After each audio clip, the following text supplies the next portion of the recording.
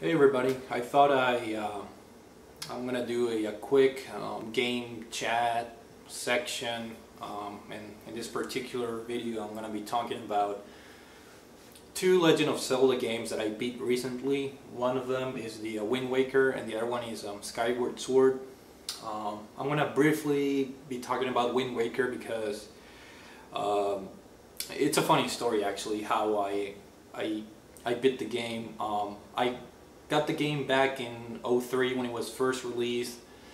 In fact, I pre-ordered the game. I got the GameCube pre-order bonus disc with Ocarina of Time and Master Quest, which now it's pretty a nice item to have as a game collector and as a Zelda fan.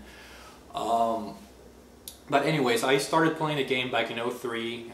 It's a pretty good Zelda game. I never really cared for all the people criticizing about the kitty cell shading look that the game had. I thought it actually looked pretty good. In fact, in my opinion, it's the best Zelda is the Zelda game with the best art direction. I think the game does a fantastic job with the cell shading and with showcasing Link's expressions. He has that face with the big eyes, and it's probably one of the most likable characters in the as far as Link goes, and Zelda as well. By the way, if you don't want to be spoiled, don't watch the video because I'm going to be talking about a little bit about the ending of both games. So just to let you know that. But going back to Wind Waker, I got it back in the day. I played the game a whole lot, and I got to a point where there was this quest where you had to go sailing throughout the entire game looking for this big treasure, and I forgot what it was because it's funny, when I booted up my Nintendo Wii, because my GameCube stopped working, so I booted up my Nintendo Wii because I was determined to go back to Wind Waker and beat the game. And the save file has the date where you last played the game, and the save file for my Wind Waker file was the date was, I think, July of 2004. So I thought it was pretty funny. I mean, going back to the game after what, 8 years or whatever, that was the last time that I played the Wind Waker. And this is the funniest part of all. The reason why I quit playing the game is because I just got tired and bored, I guess, of exploring the sea and finding all these treasures. So I left the game in a particular spot in the game. So when I booted up the game, I didn't know where to go. So I started exploring everywhere, and the first thing that I noticed after the save point where the game loaded is that it was this odd looking tower like place. So I thought it was just another dungeon. So I went online and I watched some walkthrough videos just to know where I was, how far into the game I was, and based on the hearts that I had in the game, I think I had 12 hearts, which is not a whole lot. My impression was that I was probably around the 70 to 75% mark in the game. But as it turns out, after I watched some videos on YouTube, I was actually at Ganon's tower, which is the last dungeon or last castle or level or whatever in the game. So I thought it was pretty funny, because if I would have known that back in '04, I can guarantee you I would have pushed myself to to finish the game, because I just needed like an extra hour or so of gameplay to actually beat the game. So as it turns out, all that tedious traveling or going through the oceans and treasure quest, I actually completed that boring part, but I didn't know that back in the day for some reason. And I think that treasure quest is actually finding part of the Triforce. So I actually got the Triforce, and for some reason maybe I thought that was just the first part of the quest and you needed to find the other Triforce pieces or something like that. So I was like, screw this, I'm gonna save the game, stop it right here. And it was funny. I actually was an hour away from beating the game. So I can guarantee you I would have definitely pushed myself to beat the game. But anyways, I went ahead, I beat the game. Ganon's Tower was a little bit annoying. I had to use a walkthrough in one of the parts where you go into this room that has multiple doors, and you have to keep guessing which door leads you to the right way, and it was just annoying. I just wanted to see the ending, so I had to use a walkthrough for that part. But anyways, I liked the final battle. I liked Ganon's representation in cell shading format. I thought he looked really cool. It was a pretty easy battle. I beat it on my first try, and I think I only used one fairy in a bottle, so it was pretty easy. The ending was it was good. It was okay. I mean, it pretty much shows you what happens to Hyrule. You know, Hyrule was pretty much protected under the ocean, and then it gets flooded, but the Hyrule King wishes for you know, healthy future for you and for Zelda, which are the new generation or whatever. So, you know, the ending is a little bit, it's not great, but it was okay. And then, you know, the game ends when Link decides to go into another adventure with Tetra or Zelda, which leads into the Phantom Hourglass, which, by the way, I just started playing that game.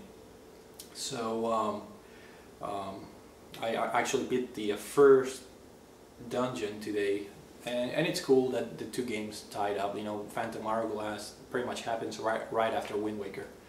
So I don't know. I think the Wind Waker overall is a pretty good Zelda game.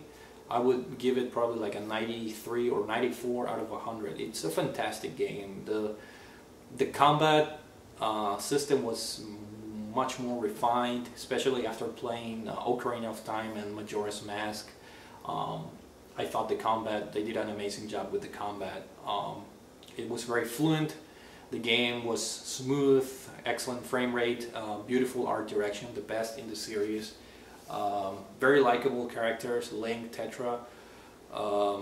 Pretty decent dungeons, not the best, but pretty decent. But the sailing was a little bit annoying. The sailing, your companion, the king of, you know, the Red Lions or whatever, he was okay. He wasn't as memorable as Navi or Midna in Twilight Princess. But overall, like I said, it is a good game. It's a 93 or a 94 out of 100.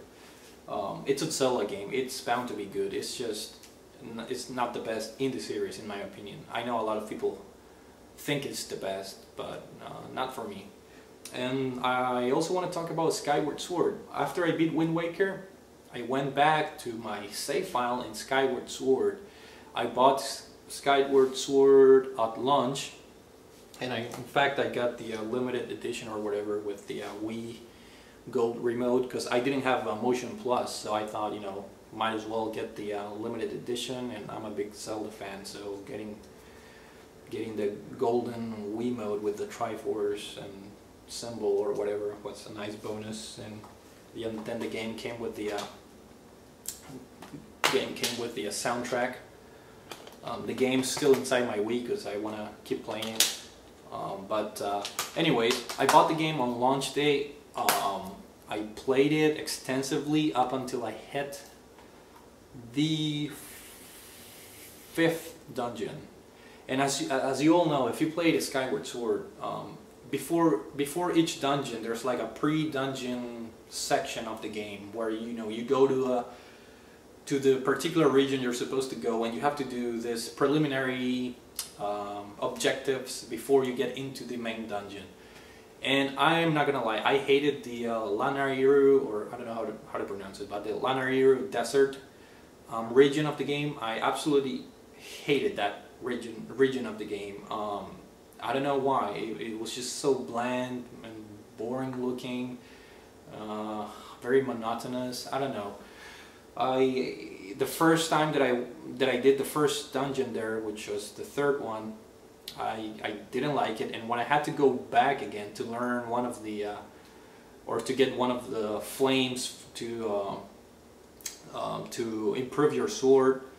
That's when I stopped the game, because I was on a roll when I first got the game, and that's when I got sidetracked. I stopped. I was like, I'll get back to it later. I'm sure it's just this small section, boring part of the game. But I actually stopped, and I didn't play the game for up until recently, up until a week ago, where I decided to go back, force myself through the boring part.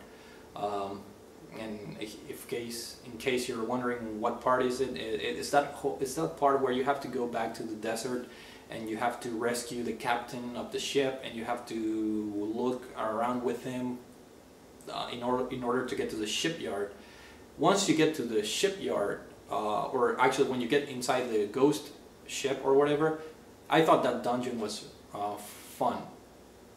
It was pretty good actually. But the previous part that leads you to that particular section, I thought it was so boring.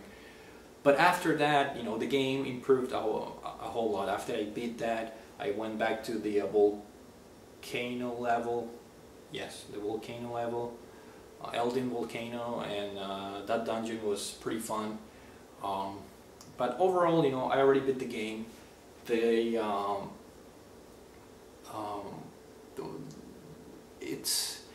It's hard to describe this game because it has a lot of elements that make it a Zelda game, but at the same time the pacing is a little bit different, because it's not like an open world like Ocarina of Time, where you go into Hyrule Field and you wander, you're free to roam around, and you have to pretty much find out where what direction to go, where to go.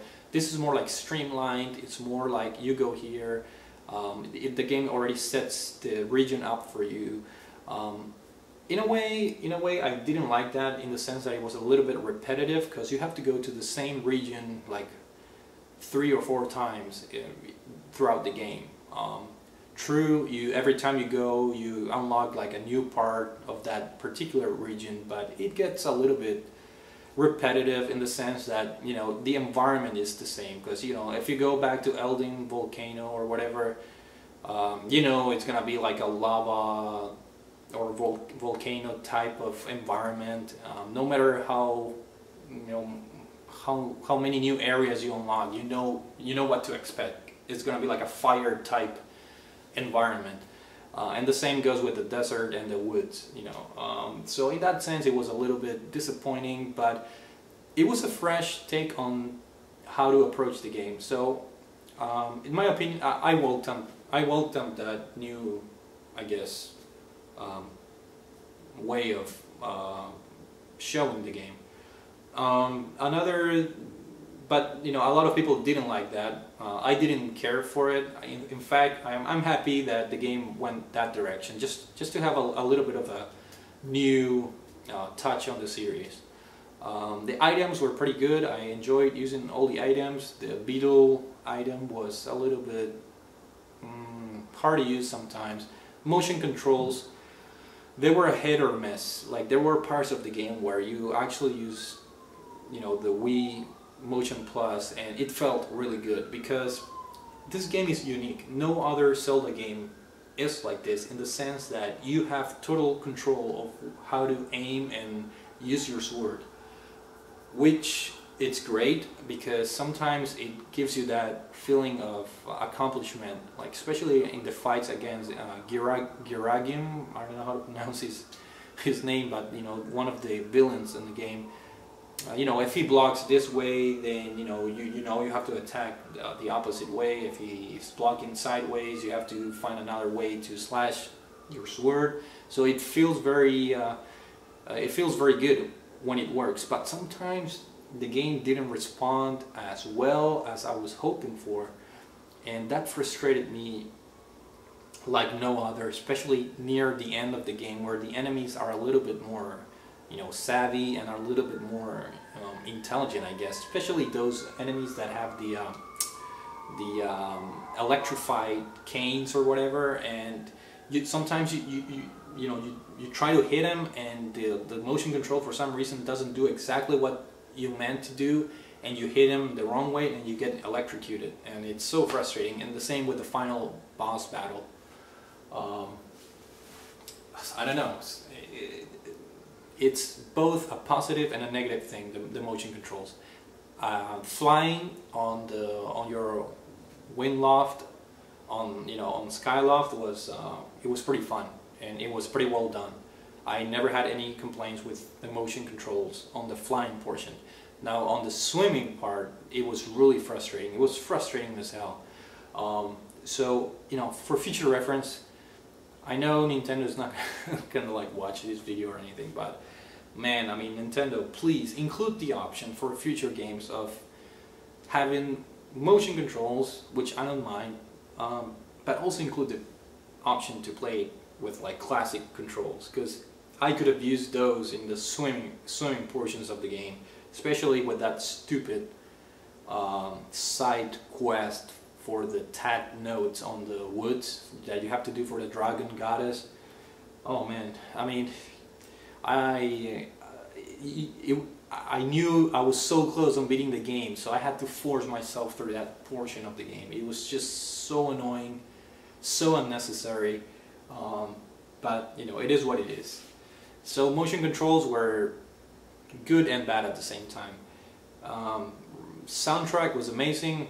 You have the orchestrated songs. I thought it's one of the best soundtracks of all the Zelda games. Story-wise, amazing game.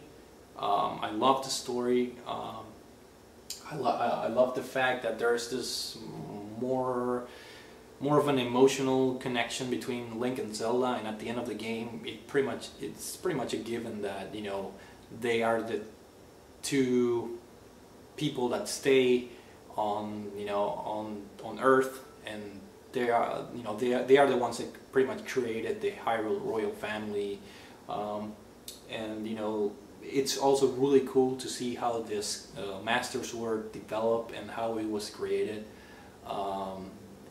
The introduction of Impa as the protector of Zelda, how the original goddess Hylia relates to Zelda, how she pretty much reincarnated in her body. I don't know, the story, amazing. The side quests, they're pretty fun. They were pretty fun. I'm not done with them. That's why I still have the game inside my Wii, because I wanna do some of the side quests. I think I did pretty decently. I got most of the hard pieces without any guides or anything. The game took me 44 hours to beat, and like I said, I think I did a fairly good amount of side quests, and I got a fairly decent amount of hard pieces. So 44 hours is it's good enough for a Zelda game. I'm gonna go back and see if I can not perhaps 100% the game, but do some of the side quests that I know I missed, but I missed on purpose because I wanted to finish the game. But and also the companion in this game, Fee, that was another negative thing that I found on this game. She is not annoying, but she doesn't fit really well in the game. I hated the fact that she helps you so much. They really need to change that. She tries to hold your hand throughout the entire game. I thought for the first 3 dungeons, a lot of people were already complaining, but I was like, it's okay, I can see why Nintendo is doing this. But she keeps helping you, or trying to help you, after the first 3 dungeons. Like, she keeps telling you what to do, how to solve the puzzles. It's really annoying. Like, I don't want your help. And I also thought that she wasn't funny at all with the whole, there's an 80% probability that there's a treasure in this room, or there's a 95% probability that if you defeat this boss, this is gonna happen. I mean, that whole computer-like data approach that she had, the probability, and at the end of the game she's like, my brain does not compute this. It's almost like she's a computer or something, and it doesn't make sense. This is like the earliest Zelda game. Why try to link her with a computer-like, algorithm-like approach to things? Like, I never understood that. why Nintendo went that route. I don't think it was funny. I don't think it was necessary. I don't think it was helpful. It was a really big disappointment, especially after, you know, Navi in Ocarina of Time. She was a little bit annoying with the whole, you know, listen, but she was a helpful and companion, I thought. And then my favorite one in the series is Midna from Twilight Princess, which I hated her at first. I thought she was really annoying, but by the time you beat the game at the end, man, she's just a great companion. And you know, when she leaves you, and you know, it's really emotional. It was really hard to let her go at the end of the game. Whereas Fi, even though at the end of the game they try to include this emotional part of, you know, with Link and her saying goodbye, you know, that didn't do anything for me. I was like, okay, it was nice that you like me, but you know, just go away, go back to the Master Sword. I'm not gonna really miss you. So I was disappointed in the companion, but overall, great game. I would probably give Skyward Sword a 95 out of 100. It's an epic game. It's a masterpiece. I don't get the hate that some people have for the game. It's one of those games where it has a lot of ups and downs, but it has more ups than downs. And when you hit the downs, the game really tries you know, it makes you, you know, give up very easily, like I did with the boring sections of the game. But you know, if you force yourself to pass those boring sections, there's more rewards than disappointments in the game. And overall, it's in my opinion, it's another masterpiece. It's one of the best games this generation. It's definitely my 2011 game of the year. So if you're a Zelda fan, you know, play the game. It's a good entry to the series. The graphical style, which I forgot to mention, I thought it was pretty good. A lot of people were disappointed. It was okay. Not the best looking Zelda, not the best art direction, but decent enough for me to, you know, play the game without complaining too much. So yeah, those are my thoughts on both Wind Waker and Skyward Sword. And I'm taking advantage of the Zelda fever that I'm having right now, so I'm playing Phantom Hourglass, which I never played before, and I also have the Spirit Tracks, I believe, the second DS game, which I have not played yet. So I think I'm gonna play Phantom Hourglass, try to beat that one, and then move on to Spirit Tracks. So yeah, hopefully you guys enjoyed the video, and stay tuned for more.